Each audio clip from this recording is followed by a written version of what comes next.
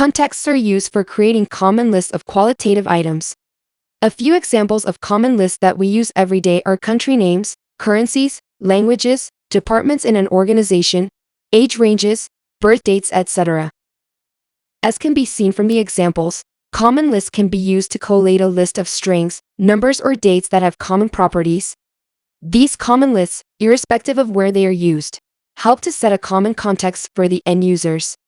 It is also quite possible that different users may name, divide, aggregate, segregate, categorize, and segment the same list of items differently depending upon their specific contexts.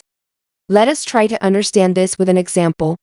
Let us take a list of 5 animals: dog, cat, cow, lion, and tiger. Mr. A may want to segregate this list into domestic and wild animals. Mr. B may want to segregate the same list into herbivorous and carnivorous animals. Mr. C may want to divide this list into cat and non-cat families, and so on and so forth. Each of Mr. A, B, and C have a context in which they want to refer to the same underlying data in a different way. Context in Viewzen Analytics helps us to achieve the same without modifying the underlying data. Mr. A, B, C can each define their own contexts and use them on the same data, and if required, can switch between the different contexts. In Viewzen Analytics, contexts are created centrally, which means that they can be used across datasets and as common names. Besides descriptive properties, contexts can have visual properties also, such as color.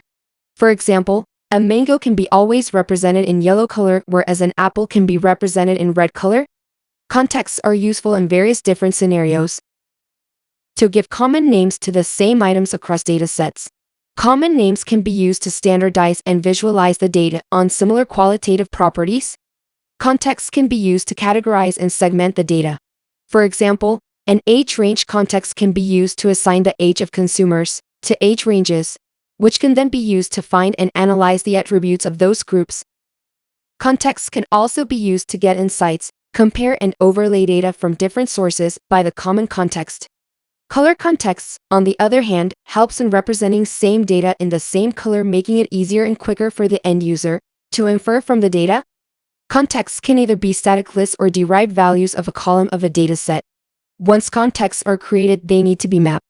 Mapping is the process that associates the context to a column of a dataset.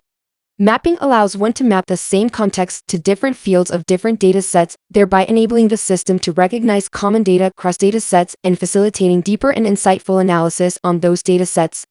Contexts can be created and mapped under Thesaurus.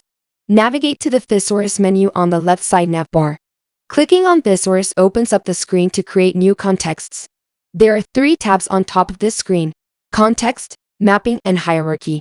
By default, the Context tab is selected. Contexts can be mapped to different fields of datasets by navigating to the Mapping tab, whereas hierarchies between contexts can be defined in the Hierarchy tab. We will cover more about context hierarchies in the subsequent videos. To create a new context, click on the Create Context button. This will open up a new screen with 3 fields: context name, short name, and context type. Context name is the common name by which the context can be referred to and used for all purposes. Short name is the unique alphanumeric code by which it gets saved internally. Context type describes the type of data this context will have.